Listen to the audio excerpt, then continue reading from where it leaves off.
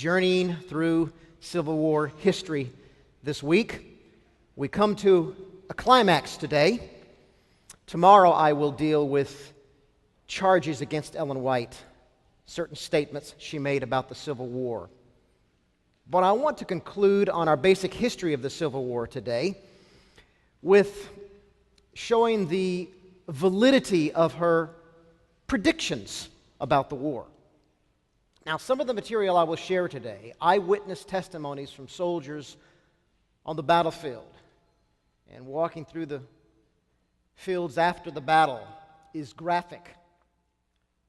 Not as graphic as it could be, I should say. I've not chosen the most detailed ones, but nevertheless it is graphic. And so for those who are very sensitive to descriptions of death and suffering, I just give you a heads up now. Feel free to put your fingers in your ear or leave if you have to. I will not be offended. But I just want to let you know what is ahead so you're not caught off guard. And here's something that will create images in your mind you might not want there, because these are images of death, dying, suffering. Terrible battles ahead. Ellen White had three basic visions about the Civil War that are recorded in Testimonies, Testimony for the Church, Pamphlet 7, which is a part of Testimonies, Volume 1. She also had another vision in Testimony 9, which I'll talk about later, but I'm focused on the three visions of Testimony 7. Of her three visions, we have the one we discussed the other day, the Parkville vision on January 12, 1861, that vision given to her 3 months before the Civil War. We looked at that vision earlier this week and discussed the context surrounding it. That vision was not recorded anywhere, at least the way it was described here. It was only the testimony of J.N. Loughborough. He put it in his book on Adventist history. It was put into writing, aspects of it later on by Ellen White, and I'll show you where that is here in a moment. Then the second vision, August 3, 1861, at Roosevelt, New York, where she saw a lot of things pertaining to the war ahead, as well as what had recently happened at the disastrous Battle of Manassas, as she put it. We looked at that yesterday. The Battle of Manassas and the angelic hand waving the northern troops back and saving them from total destruction. And then January 4, 1862, at Battle Creek, Michigan, she received a vision as the war was in progress that provided lots of insight for what was taking place then and what would take place in the years ahead regarding this war. And she published these three visions, as I said, in Testimony for the Church, number 7. They were released in the entire testimony, February of 1862. The contents of the visions were published out of chronological order. That is when they were put in Testimonies, Volume 1, and in this Pamphlet 7. The third vision is first. So I'm just giving you this as information. When you read this section in the Testimonies in the Civil War, you can have a sense of the order of the visions. The third vision, given on January 4, 1862, she starts with that one. Then, after you read through that section, the next section, and this is in Testimonies, Volume 1, the first vision, the Parkville vision, is put in written form. But this is 1862, a year after she first received that vision and shared it with a live audience. And then the second vision regarding the Battle of Manassas and other things is last. So that's the order of the visions in Testimonies. In Pamphlet 7, as it is, and it's recorded that way in Volume 1. Now, this statement comes from the context of Bull Run, the vision given in August of 1861, about a week after, or it was, I should say, published a week after the Battle of Manassas. But she spoke of future things. She said, "I was shown that many do not realize the extent of the evil which has come upon us." And as they were marching to battle at Manassas, remember yesterday we saw that the Union thought they would have a quick and decisive victory. But they did not realize the extent of the evil that has come upon us. They have flattered themselves that the national difficulties would soon be settled and confusion and war end. But all will be convinced that there is more reality in the matter than was anticipated. Many have looked for the North to strike a blow and end the controversy. Well, that didn't happen at Manassas, and they were quite upset after Manassas. But things began to look up when Lincoln appointed General McClellan to head up the armies of the Potomac, to organize them. They were quite a mess, and in the autumn period, as he built up these armies, and I'll say more about this later on this morning, as he built up the armies, the public, their appetite for a short victorious war was renewed. They began to believe again with the leadership of McClellan. He's put these ragged troops together in such an excellent, organized, and disciplined way. We should be able to defeat the rebels. But Ellen White had not changed her mind by February 1862. Now, at this point, still, the only major battle they had experienced was Manassas in the summer of 1861. In that fall, there were some skirmishes and some battles, but nothing major. Then, in 1862, February of 1862, when this is released, here she puts the Parkville vision, given a year earlier, in written form. She changes some of the things that she had said when she was before the audience, but the essence of that vision is recorded here. And what is interesting about it, much of it hadn't happened over the last year when she first received the vision, and at the time she reinforces it here in writing, it still hasn't completely been fulfilled. Let's read the written version of the Parkville vision we discussed the other day. I saw greater distress in the land than we have yet witnessed. Now, this is February 1862. Greater distress in the land than we have yet witnessed. I heard groans and cries of distress. If you read the Parkville vision earlier, pretty much the same thing. And saw large companies in active battle. When I put this in print in my book, I'll have a much more of a detailed analysis of the relationship between the two visions, or the written form and the oral giving of the vision. I heard the booming of the cannon, the clash of arms, the hand-to-hand fight, and the groans and prayers of the dying. So there were many horrible things yet to come, according to her statement here. The ground was covered with the wounded and the dead. I saw desolate, despairing families and pinching want in many dwellings. Even now, many families are suffering want, but this will increase. The faces of many looked haggard, pale, and pinched with hunger. Now, Yusey, who did a major study on this in the 1960s, I've cited him often, and I'm building much of my research on his work. He wrote, a year had elapsed since her Parkville statements, and up to 1862, it would seem that reality had not reached her initial concept of the war's immensity. Before long, he rightly concludes, it became evident that time and events favored her side. 1862 was the beginning of the horrors. They were just around the corner, and that spring, the horrors, the real horrors of the war, as she had depicted in writing in this vision, took place in the Battle of Shiloh, in my neck of the woods, down in Tennessee. I'm only going to give just the basic statistics of these battles I'm going to describe. I'm mainly interested in the eyewitness testimonies of the soldiers and officers who experienced the horrors of the war and the aftermath. We won't look at all the details and strategies in the battle plan like we did yesterday at Manassas. This battle took place on April 6 and 7, 1862. The Union forces were 65,085 troops. Clashed against the Confederate forces, 44,968. So we're talking about large armies clashing in battle here. Now, the casualty report are only estimated. And these include those who were wounded and those who died after the battle, as well as those who were killed in action.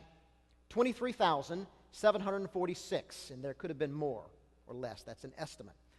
But this is twice the 12,000 battle casualties at Manassas. Remember I said at the time that was the biggest battle America had ever experienced, the Battle of Manassas, but it was, in comparison with all the other battles, it was only a mid-sized battle. And Shiloh doubled the casualties.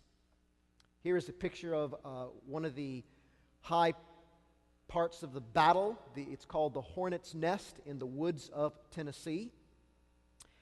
Now here's some testimonies. And keep in mind what Ellen White had written in February, and published in February of 1862. This is now in April of that year. During the night of April 6, one Confederate soldier recalled, "At night a heavy rain set in, accompanied by peal after peal of thunder, together with the roaring of the cannon and the bursting of the shell. The flashes of lightning revealed the ghastly features of the dead. Oh, what a night of horrors that was." William T. Sherman, who would become one of the greatest generals along with Grant in the Union Army, described the scene in a letter to his wife. "The scenes on this field would have cured any body of war. Mangled bodies, dead, dying, in every conceivable shape, without heads, legs, and horses." And just another FYI, or heads up, I have some pictures of the dead on the battlefields. So just to let you know, if those are things you don't want to see, you can close your eyes. Major General Grant, who would later become the head of the Union armies, provided a description of the battlefield. This is an often quoted statement by Grant after the Battle of Shiloh. "I saw an open field in our possession on the second day, over which the Confederates had made repeated charges the day before, so covered with dead that it would have been possible to walk across the clearing in any direction, stepping on dead bodies without a foot touching the ground."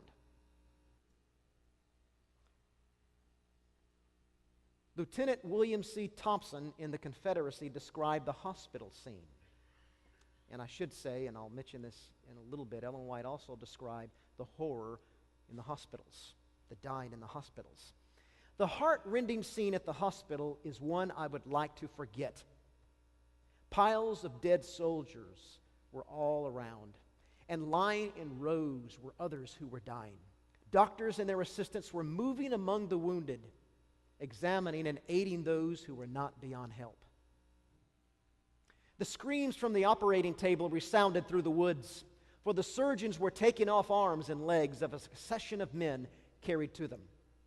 And I should say that there are many descriptions, eyewitness testimonies of piles of legs and arms and feet. The surgeons at that point in history only knew to take off the mangled limbs. And there's even a picture, which I will not show you, of these piled up limbs during the Civil War by the surgeons' tables. Shiloh destroyed the North's notion of a quick Union victory. They still thought they could have a quick victory. After Manassas, they were discouraged, but then hope emerged over the months in the fall. But then when Shiloh rolled around, that changed everything for the rest of the war. Both sides now realized that they were in for a long, hard, bloody war. And as James McPherson, the most distinguished and definitive Civil War historian, said, "Shiloh launched the country onto the flood tide of total war. It was never the same after that." Grant articulated the feeling of most in the North. "Up to the Battle of Shiloh, I, as well as thousands of other citizens, believed that the rebellion against the government would collapse suddenly and soon if a decisive victory could be gained over any of its armies. But afterward, I gave up the idea of saving the Union except by complete conquest." You remember the other day I shared with you Winfield Scott's Anaconda Plan? At the beginning, everybody thought it would be quick, and Lincoln wanted to get in and get the job done quickly, but Scott, the brilliant commander, said it's going to take a number of years to do this. Repeated invasions, and they called it his Anaconda plan to restrict the Confederacy. In the end, he was right. And finally, the North realized how long it really would take to defeat the Confederacy. Again, Ellen White's words, "I was shown that many do not realize the extent of the evil which has come upon us. I saw greater distress in the land." This is all published in 1862, just 2 months ago, before Shiloh. "I saw greater distress in the land than we have yet witnessed. I heard groans and cries of distress. I saw large companies in active battle." There's no other way to describe these than predictions. And let me remind you that most of Ellen White's writings are not predictions. In fact, it's been estimated that less than 2% of her overall writings are predictions of the future. So these Civil War statements are some of those very few but rare predictions. And I'm simply showing you this morning how these statements, these predictions, months before they actually happened, came true. And Shiloh verified these words. Now let's move months through 1862. Various battles. We come to the Battle of Antietam. The most famous battle of, at least well-known battle of the Civil War is Gettysburg. Probably after that, and this would depend on which Civil War historian and Civil War buff you're talking to, Antietam would probably come in after that. It's the bloodiest one-day battle. Gettysburg is the bloodiest of all, but it took place over 3 days. But Antietam was in 11 hours.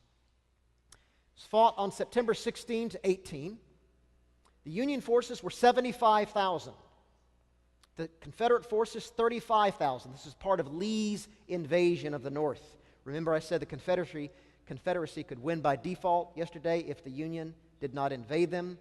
But over the course of time, Lee invaded the North. And this was a part of that invasion. He took the offensive. The estimated casualties were 26,193. And when you think of the percentage, the proportion, that's a lot of casualties. But on that day, those killed in action were, it's estimated, 6,500 to 7,000, which means, according to one estimate, if it were 7,000 in an 11-hour battle, approximately one man died every 5 or 6 seconds of the Battle of Antietam. The intensity of combat is incomparable in the annals of American arms. There's never been a battle as intense in one day as the Battle of Antietam in American military history. Again, citing McPherson, the number of casualties, and I shared this statement with you the other day, but it bears repeating right now as we're focusing on Antietam itself. The number of casualties in one day at the Battle of Antietam was nearly 4 times the number of casualties on D-Day, June 6, 1944. The number of battle deaths in one day at Antietam exceeded the total battle deaths in all the other wars the United States fought in the 19th century. The War of 1812, the Mexican-American War, the Spanish-American War, and the Indian Wars. That's why Antietam is so well known to Civil War buffs, because the massive loss of lives in just 11 hours. A Union officer described the pile of bodies as, quote, looking at the picture of all that is sickening, harrowing, horrible. Oh, what a terrible sight. Here is some of the bodies in front of Dunker Church, where one of the major battles took place. And keep in mind, these pictures were taken several days later because there was some maneuvering after the war, so the photographers couldn't get in there. And by the way, as I understand it, this is the first official pictures photographers took of the Civil War and the aftermath. And this, of course, does not show the massive piles of body that these soldiers testified that they saw immediately after the battle. Some of them had been moved and so forth, but this is some of the bodies. And here is a fence close to the Hagerstown Road, some of the bodies there. The worst and most notorious place of battle in Antietam was what is called Bloody Lane, a sunken down road. Here's a picture I took of it when I was there a couple of years ago, how it looks today. Of course, the battlefields are quite clean today, but they're worth visiting and remembering this vital part of our own heritage and history as Americans. But there's that sunken road they called Bloody Lane. Confederates bunkered down there and fought, and they were killed. And the bodies were basically 3 bodies high. Here's some of the testimonies. A New York regiment lieutenant colonel described the aftermath of Bloody Lane. In the road, the dead covered the ground. It seemed, as I rode along, that it was the valley of death. I think that in the space of less than 10 acres lay the bodies of 1,000 men and as many wounded. So again, no pictures were able to capture these things right after the battle. So all we've got is these descriptions by the soldiers and officers who witnessed it, and any reporters that were there. Union Lieutenant George F. Knowles said, "No matter in what direction we turned, it was all the same shocking picture, awakening awe rather than pity, numbing the senses rather than touching the heart, glazing the eye with horror rather than filling it with tears." Captain Emory Epton of the 2nd U.S. Artillery recalled, "I have heard of the dead dying in heaps, but never saw it till this battle. Whole ranks fell together." Union officer David H. Strother observed, "Heads and faces hideously swelled, covered with dust until they looked like clods. Their attitudes were wild and frightful," and you'll notice in some of the other testimonies the term attitudes. They're referring to facial expressions. In other words, their facial expressions were wild and frightful. I mean, they died instantly in the heat of battle, often as they were charging. Here is a rare photograph taken of one of the places in Bloody Lane. And you can see the horrible carnage there. Again, this was taken several days. I'm not sure how long after the battle, but it was much worse immediately following the battle. And there are also pictures of the bodies. So a lot of the bodies had been moved, because there's a picture I have, I'm not showing you that picture, where they lined up all the bodies for burial. Here's an artist drawing of the Union advance on Dunker Church.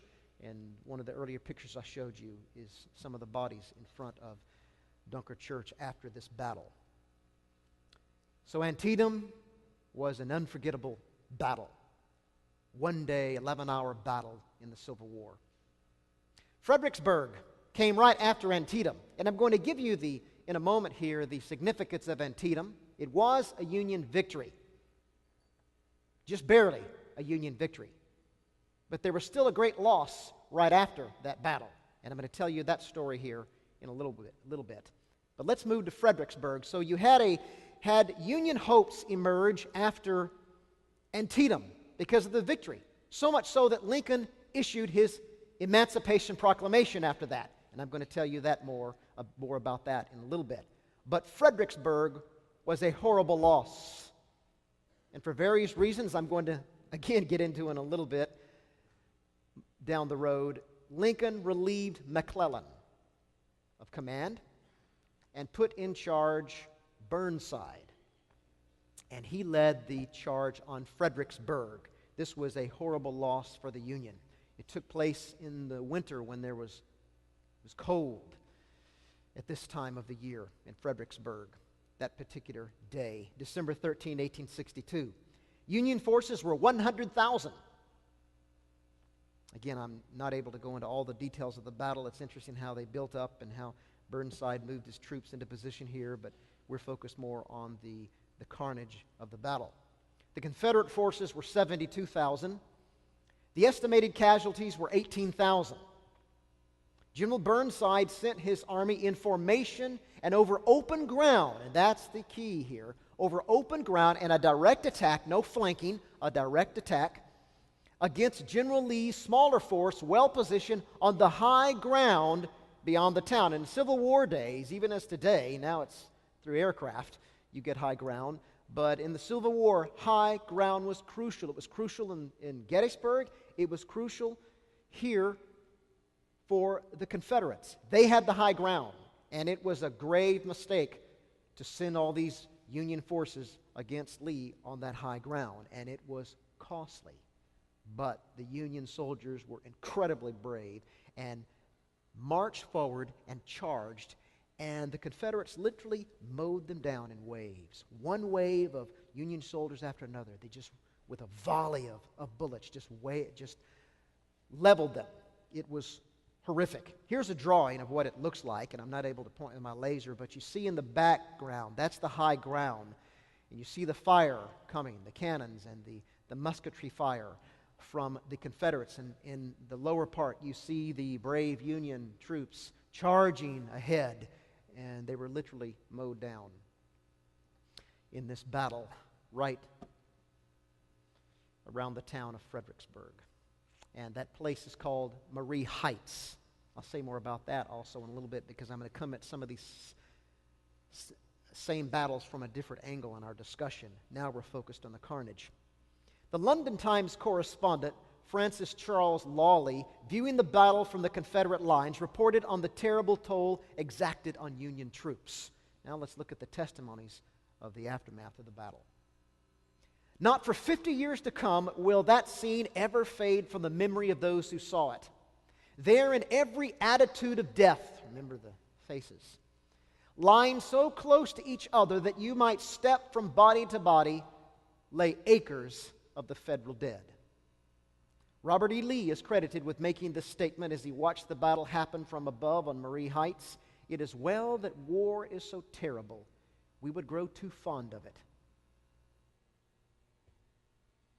And the most engaging, spellbinding testimony is from Joshua L. Chamberlain, who received great fame in the Battle of Gettysburg for his bravery and leadership there. Colonel of the 20th Maine Volunteers was stuck on the field lying between the bodies that night and described the sounds of the dying in his night on the field of Fredericksburg. And by the way, if you see the classic films Gettysburg and Gods and Generals, Chamberlain is featured quite significantly in the Gettysburg film. He played a big role in Little Round Top in Gettysburg. So those films are worth seeing. But having said that, let me just say, while those films, I think, are very good depictions of the Civil War, they're very sanitized in the violence that they show. They only have a PG rating, and they did that so many would watch it because of the stories and the bravery of the Civil War, and I think that was appropriate. But if they were to truly show how the fighting really took place, if a film ever does that on the Civil War, it will have to be rated R, which would eliminate its viewing from a lot of people. But a lot of the films of the Civil War are sanitized. In fact, the closest depiction I've seen on any screen of the horrors of the war is only one small clip at the beginning of Steven Spielberg's recent film Lincoln. It begins with a hand-to-hand combat battle, and that gives you a sense of the intensity of what the war was like. It was bloody. So listen to this spellbinding testimony. Now, he had just experienced fire. The sun was setting, and there had been intermittent firing on the field and from the Confederates, and then it ceased. And then there's silence. And he's laying between the bodies on the field. But out of the silence from the battle's crash and roar, rose new sounds more appalling still. Rose or fell, you know not which, on whether from the earth or air, a strange ventriloquism, of which you could not locate the source, a smothered moan that seemed to come from distances beyond reach of the natural sense, a wail so far and deep and wide as if 1,000 discords were flowing together into a keynote, weird, unearthly, terrible to hear and bear, yet startling with its nearness. The writhing concord broken by cries for help, pierced by shrieks of convulsion, some begging for a drop of water, some calling on God for pity, some on friendly hands to finish what the enemy had so horribly begun. some with delirious, dreamy voices murmuring love names, as if the dearest were bending over them. Some gathering their last strength to fire a musket to call attention to them where they lay helpless and deserted.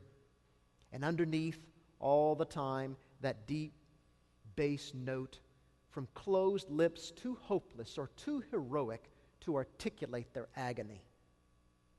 That is the aftermath of the battlefield on Fredericksburg that night. And I should add, a very cold chill set in, a freeze, in fact, set in. And Chamberlain with others were on that field all night long. And they eventually began to move from person to person and help those that were still alive. And he lamented there was nothing they could do, try to help them move and make them a little more comfortable. But he watched many, many die on the field that night, at least those that were still alive and crying out in pain. Again, I repeat Ellen White's words said earlier in February of that year. I heard groans and cries of distress and saw large companies in active battle. I heard the booming of the cannon, the clash of arms, the hand-to-hand fight, and the groans and prayers of the dying. The ground was covered with the wounded and the dead. This was published before any of this really happened on an epic scale, as we have just seen. Now let me take you back to what she stated orally in the Parkville vision. I want to focus on what she said about prisons. And again, this is January 12, 1861, according to Loughborough's testimony, his record of what she said orally. Then I saw the field after battle, all covered with the dead and dying. Then I was carried to prisons and saw the sufferings of those in want who were wasting away. Now, this time, the conception of Confederate and Union prisons was just out of the question. But then a year later, January 4, 1862, she again mentions prisons. Now, there had been a few prisons at this point established at the beginning of the war, because there were prisoners taken at the Battle of Manassas. The first Confederate prison, as I understand it, was in Richmond. Great numbers have wasted away in hospitals. Others have been taken prisoners by the rebels, a fate more to be dreaded than death. Now, this statement really found its application in the notorious Confederate prison known as Andersonville. I visited Andersonville just several months ago. And it's a major park, and it's a tribute to all prisoners of war. That's a place down southeast of Atlanta, Georgia, worth seeing. Here's an actual picture taken of the prison. Let me give you some details about it. Andersonville in southwestern, sorry for the typo there, western Georgia. Some of these I've been doing a lot of research and traveling right before this, so I was telling somebody the other day when they pointed out a typo that some of these I just put together since I've been here, and I'm focusing on the big picture, and I apologize I missed a typo or two here. I think yesterday I had for one, I meant W-O-1, I put O-N-E, one, so somebody pointed that out. My apologies for that, one of those embarrassing typos. Andersonville in southwestern Georgia was the largest and the most dreaded of Confederate prisons. The first captured Federals arrived there early in 1864. By midsummer, the number of prisoners had increased to some 32,000. Now, I don't believe, in my understanding as I've read about Andersonville, the Confederates ever meant it to be a laser house of suffering, as it was. But it evolved over that time. It had increased to some 32,000 prisoners, but the prison was originally designed to accommodate only 10,000. Now here's a picture I snapped of one of the signs describing it, of Andersonville. You look at the bottom, you see the fence, and they've pretty much reconstructed it as it is, and you can go and see it and get a sense of what it was like. But notice all the men crowded in the fence there, and they had no covering. They were exposed to the hot, humid Georgia heat in the summer and the winter in the evening with nothing more than just a tent. And some of them, to escape the sun, they would dig burrows into the ground. And one person, a Catholic priest who worked there, said these burrows were full of vermin and they smelled horrible. The worst aspect of Andersonville was the water supply. You see the creek outside the fence running into the water. The plan was upstream is where the soldiers, the prisoners, could drink, and then downstream is where they would defecate. But what happened, the water got clogged there. And you see there, it turned into a big, huge sewage swamp.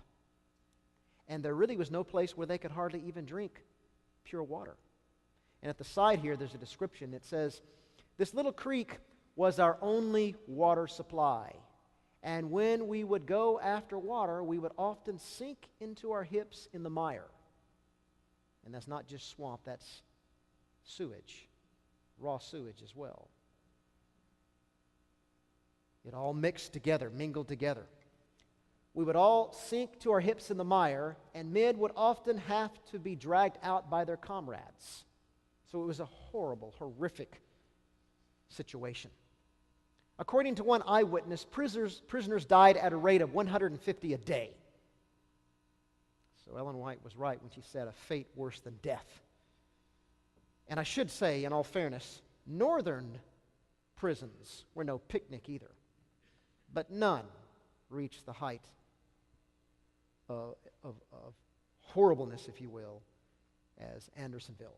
Here's from a Georgia girl who helped the prisoners here, and she wrote this down in her diary, and she's describing a Catholic priest who ministered to the prisoners. Dysentery was the most fatal disease, and as they lay on the ground, speaking of the prisoners, in their own excrements, the smell was so horrible that the good father, that's the Catholic priest who ministered to these prisoners, the good father says he was often obliged to rush from their presence to get a breath of fresh, of pure air. It is dreadful. My heart aches for the poor wretches. Yankees though they are, remember this is a Southern girl writing, Yankees though they are, and I am afraid God will suffer some terrible retribution to fall upon us for letting such things happen. If the Yankees ever should come to southwest Georgia and go to Anderson and see the graves there, God have mercy on the land. And not too far down the road, when Sherman marched across the sea, Atlanta, Savannah, there was no mercy on the land. It was destroyed utterly, completely. Now, I'm shifting here, and I'm going back to the August 3, 1861 Roosevelt vision. I want to go back and build up in that fall of 1861 and set the scene for the Emancipation Proclamation and some statements Ellen White makes to this effect and the turning point in the war. So again, she said, God is punishing this nation for the high crime of slavery. He has the destiny of the nation in His hands. He will punish the South for the sin of slavery and the North for so long suffering its overreaching and overbearing influence. And earlier this week I shared with you on Monday, the North's repeated compromises with slaveholders. And they're allowing slavery to take place in the nation and to build and to grow, and they compromise with them repeatedly. So God was punishing, of course, the South for the sin of slavery, but the North for suffering it so long. So the Civil War was a punishment on the entire nation. That's Ellen White's indictment. Then, in this August 3 vision, and this is all in Testimonies, this comes third of those three visions I told you in Testimonies, Volume 1, when you read this pamphlet 7 there on the Civil War. It looked to me like an impossibility now for slavery to be done away. Now, this was published in Testimonies in 1862, but it was first published initially in August 27. So then she writes this at that time. It looked like an impossibility now for slavery to be done away. God alone can wrench the slave from the hand of his desperate, relentless oppressor. Now, as I shared with you yesterday, while slavery was at the foundation of the war, the Union hadn't caught on to that yet. Lincoln, his administration, were mainly seeking to preserve the Union, not end slavery. And in that context, Ellen White makes the statement. It didn't seem like they were going to end slavery. It had been around for so long. It was so entrenched in this nation. It almost seems like an impossibility. But that would change.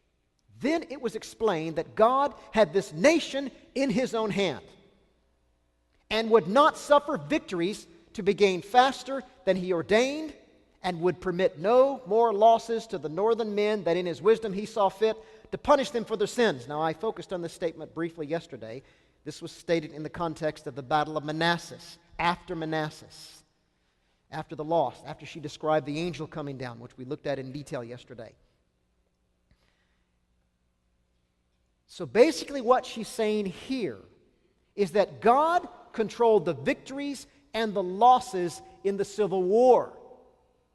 Now, we can't look at all the battles, but as you look at the major battles, you can see a pattern. And what is interesting is that while there were some victories, there was a general trend of loss, a succession of losses, from the Battle of Manassas all the way to the end of 1862. Let's look at what happened here. Let's go back to Bull Run we discussed yesterday. General Irvin McDowell was in charge. He was green, his troops were green. And I mentioned this in the battle as I discussed it yesterday. After apparent victory, McDowell regrouped. This is early that morning in the battlefield. After apparent victory, McDowell regrouped for a couple of hours, giving Confederates time to reinforce their troops. And while he may have felt he had good reasons to do this, strategists looking back on this acknowledge that this was a big mistake. It basically cost them the battle. But we know more from our discussion yesterday that God was also very involved, and the angel waved the Union troops back. But they would have been even destroyed, as we saw, because of a projected Confederate flank that we discussed. But God was involved by sending this angel down in the midst of this battle. And that turned the tide, and it became a Union loss, but as she said, God was showing His mercy and preserving them. So this retreat, this loss in the first battle of the Civil War by the Union was actually God showing His mercy, God controlling things. And then in the fall, McClellan took McDowell's place as head of the Army of the Potomac. George B. McClellan, one of the most talked about generals of the Civil War. Very interesting character. Young, well-educated at West Point, good mind. George B. McClellan took command after the disaster at Manassas. The Union's future suddenly looked brighter. I told you earlier how they felt that things were looking good. He took this army, and as a brilliant organizer, he excelled in transforming a ragged mob into the disciplined and confident Army of the Potomac. McClellan was a great organizer. But McClellan was also narcissistic. Get that word right? Narcissistic. I was practicing that. That's a S word. Anyway, you know what I mean. Uncooperative, racist, hostile towards superiors, and hesitant in battle. That was his worst fault. Hesitant in battle. He was a great administrator, organizer, but he was a poor fighter. That's why when Grant came along, Lincoln was so happy with Grant. He basically said of Grant, he fights. He fights. But McClellan did not fight. He led some battles, 7 days battles and so forth, but he was not a good fighter. I'll show you what I mean. Lincoln struggled with McClellan all during 1862. It culminated in Antietam. The battle we looked at it from the perspective of the loss of life. Now we look at it from another angle. Listen to this. A Union private came across a copy of Lee's orders intended for one of his generals. The document was found wrapped around 3 cigars and left in a field. This is a famous story. And this could have made a big difference. But McClellan responded slowly. Now, he'd found Lee's plans in his invasion at Antietam. He found his battle plan. But McClellan responded slowly to this incredible find. And it really did not impact the 11-hour battle. McClellan was slow to act. He was often paranoid, afraid that the Confederates had bigger forces than his did. He was somewhat perfectionistic and hesitant to move forward. He could organize a big army, but once he had that army, he basically did nothing with it. And Lincoln pulled his hair out. You look at the pictures of Lincoln before the war, young. It's this way with most presidents. But then you look at pictures of Lincoln several years into the war, and boy, the gray hairs and the wrinkles on his face. And part of that was pulling his hair out by some of his generals. And one of the worst was McClellan. The day after the battle, McClellan declined to renew his offensive. Now, this was apparent victory or a barely victory, if you will, at Antietam. He declined to renew his offensive, and Lee remained in position of the blood-soaked battlefield. Lee ordered a withdrawal back across the Potomac, and Lincoln sent a message to McClellan: pursue Lee. Pursue him now. You could win the battle, the war. McClellan failed to pursue Lee in spite of Lincoln's urgings, and Lee escaped. Some historians believe that he pursued Lee in that state his forces were in. He could have defeated him, and that would have ended the Civil War. Now keep in mind Ellen White's statement. God was in control of the victories and the losses. This was a victory by a small margin at Antietam, but there was another opportunity, but McClellan lost it. And you listen to Civil War historians write about McClellan and his failures and hesitancy and so forth, but I suggest God was in it, even with McClellan. And I think about McClellan. He drives me nuts when I read about McClellan. I just can't. This inaction. I mean, after this. In fact, here's a picture of Lincoln counseling with McClellan. He told him, "You're overcautious." And then in October, after Antietam, there were some other battles to be fought. And Lincoln urged McClellan, "Don't be so overcautious. Move ahead. Attack. Just do something." Lincoln's administration, they were frustrated with McClellan, but McClellan was stubborn. And he refused to take any action. I would have fired him on the spot. But Lincoln waited to the right time, and he eventually relieved McClellan of his command. McClellan called Lincoln the original guerrilla. Seems to me McClellan was the original monkey. He monkeyed around and should have been fighting instead of hesitating. But that's just my view. It's a good thing I wasn't in charge there. Ambrose E. Burnside. Now we come to Fredericksburg in December of 1862, a couple of months after Antietam. Burnside, it's believed that we got the name Sideburns, gentlemen, from Burnside. If you take a good look at the picture, and those thick, bushy sideburns, they believe it's said that that's where the term sideburns originated. So there's a lot of little interesting, humorous details about the Civil War and its generals there. Burnside took over the command of the Potomac and led them to Fredericksburg. Burnside was a humble guy. He reluctantly took the command, and as I shared with you earlier, his assault on Marie Heights at Fredericksburg was a disaster. Let's read through some of the details here. Burnside launched multiple assaults upon the most impenetrable part of the Confederate line, a half-mile-long stone wall shielding thousands of Confederate infantry and covered by dozens of cannon on the slopes of Marie Heights directly behind. The well-protected opposition slaughtered wave after wave of Union troops, as I discussed earlier, and we read some of the testimonies of the aftermath of that battle. This was a major loss for the Union. Lincoln uttered his now famous lament. He was happy after Antietam released a preliminary version of the Emancipation Proclamation because of that marginal victory at Antietam. But then there was his loss at Fredericksburg, and then he uttered these words: "If there's a worse place than hell, I am in it."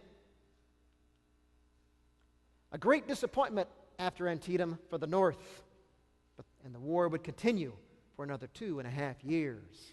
God allowed them only so much victory, but also to suffer loss. Why? Why? He was humbling the North in the dust. As she said elsewhere, he was punishing the North for tolerating slavery so long. So they had victories, but slow victories. However, things changed after the Emancipation Proclamation. But before I get to that, I want to read to you from Testimony 9, which is further down the road in Testimonies Volume 1 from these earlier visions of the war. She wrote this in 1863. This was published right after the Battle of Fredericksburg, the great loss there. God is punishing the North that they have so long suffered the accursed sin of slavery to exist. For in the sight of heaven, it is a sin of the darkest dye. God is not with the South, and He will punish them dreadfully in the end. Powerful statements, again, predictions at that point in the war. So she held firmly to the conviction God is still punishing the North. And that, of course, was evident in this most recent Battle of Fredericksburg. But at the same time, God is not with the South. They will be punished dreadfully in the end. And they were. And an example that I've used repeatedly is Sherman's March to the Sea. And there were other battles as well that you could look at as devastating the South. She also said this in the wake of the Fredericksburg disaster: "I saw that God would not give the Northern army wholly into the hands of a rebellious people to be utterly destroyed by their enemies." So they were in despair, the North throwing up their hands after Fredericksburg. But then Ellen White says to her people these words. The timeliness and relevance of the statement must have surely been noted by her audience. "Do not fear. God has this nation in His hands. The Northern army will not be given wholly into the hands of this rebellious people to be utterly destroyed by their enemies." Now, I want to go back briefly to August 12, 1861, when Lincoln issued a major national fast, or he proclaimed a national fast regarding the war, that God would not punish them any further. But at this point, the war for the Union, that is, was focused on preserving the Union. And Ellen White acknowledged this in that, you read that in that whole section of the testimonies, that in the beginning that it was to preserve the Union, not to end slavery. And so she really came down on this fast. She condemned this national fast. And I'm coming to the peak of her comments about that fast. Says the Lord, she cites Isaiah 58, 5 and 7. "Is not this the fast that I have chosen?" And she's contrasting this biblical fast with the national fast. "To loose the bands of wickedness, to undo the heavy burdens, and to let the oppressed go free, that ye break every yoke." It's a fast to release the slaves. Then she says, "When our nation observes the fast," that is to free the slaves, "which God has chosen, then will He accept their prayers as far as the war is concerned. But now they enter not into His ear," because you can go online and read the proclamation of this first national fast on August 12, and they asked to be preserved from future punishment. But they had not really humbled themselves and acknowledged the sin of slavery. And so the war was hard for the Union through that time. And we just discussed the Antietam and the pullback, the failure of McClellan to pursue, and Fredericksburg. But as a result of Antietam, on January 1, 1863, Lincoln issues the Emancipation Proclamation to free the slaves. This was this document to free the slaves. And it didn't actually happen then, but that set things in motion for the 13th Amendment and for it eventually to happen. After that, the national feast, there were national feasts proclaimed in 1863, the spring of 1863 and 1864. They were after the Emancipation Proclamation. Adventists would participate in these feasts because now the war was focused on freeing the slaves after the Emancipation Proclamation.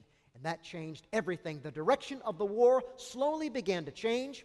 By the summer of 1863, the war took a different direction. And it happened in the most famous battle of all, the one we're about to celebrate in less than a month, the 150-year anniversary of Gettysburg. I've been to Gettysburg several times. Let me encourage you, if you've not been there, go visit the Gettysburg Park in Gettysburg, Pennsylvania. You will not regret it. You will be so glad you did. That place is one of these places you have to see it to believe it. The field here is a picture I snapped. I snapped it from Cemetery Ridge, where the Union's forces were embedded. Way on the trees on the other side is where Lee had his forces, about 12,500 strong. This is what is known as the famous Pickett's Charge. Lee sent 12,500 Confederates across this field. It was a risk, a gamble of epic proportion.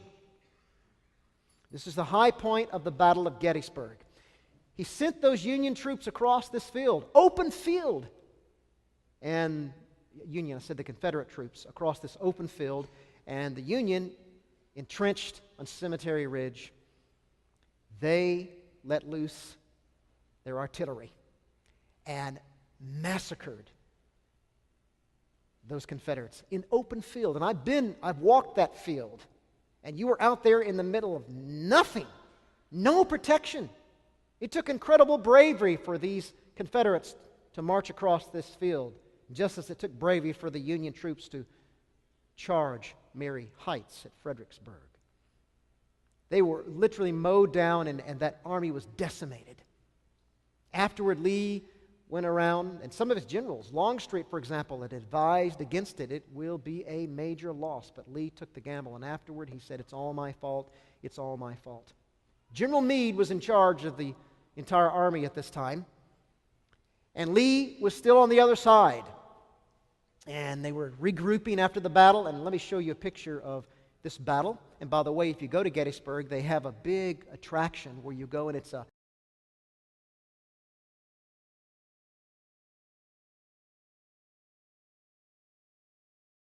cyclorama of the battlefield during Pickett's Charge. And it costs to get in there, but it's worth every cent. You want to get in there and see that place. And you stand up there and you can look around in a panoramic view, cyclorama and view of the battlefield, and you can see everything that happened. It was truly an epic battle, and it's worth your time there. So I recommend it. But here's a painting of the part of that battle on that field.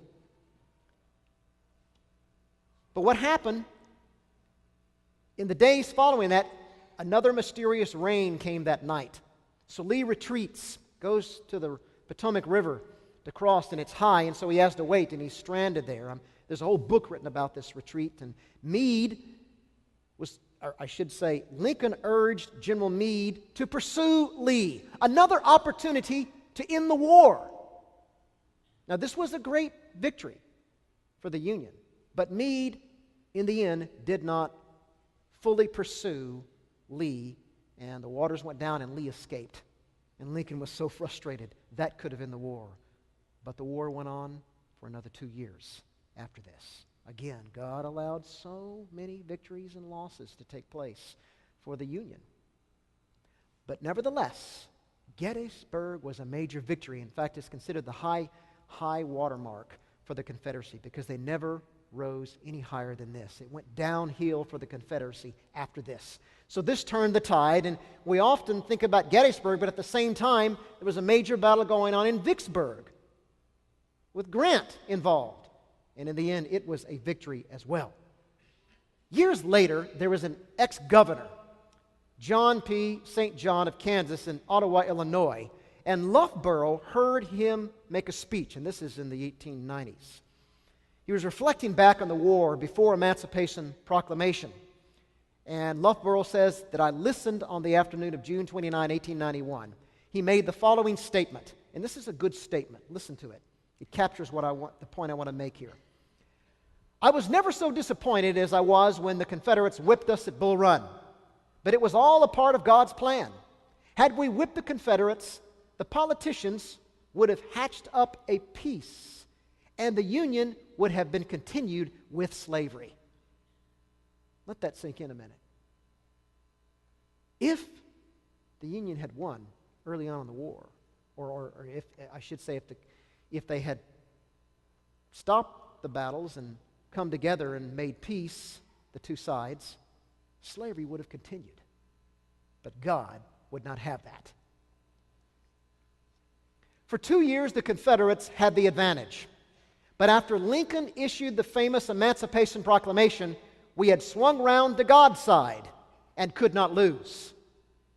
Well, he said this years later, but Ellen White perceived it before anybody else did, early in the war, even before Lincoln's Emancipation Proclamation, in her condemnation of that fast early in 1861.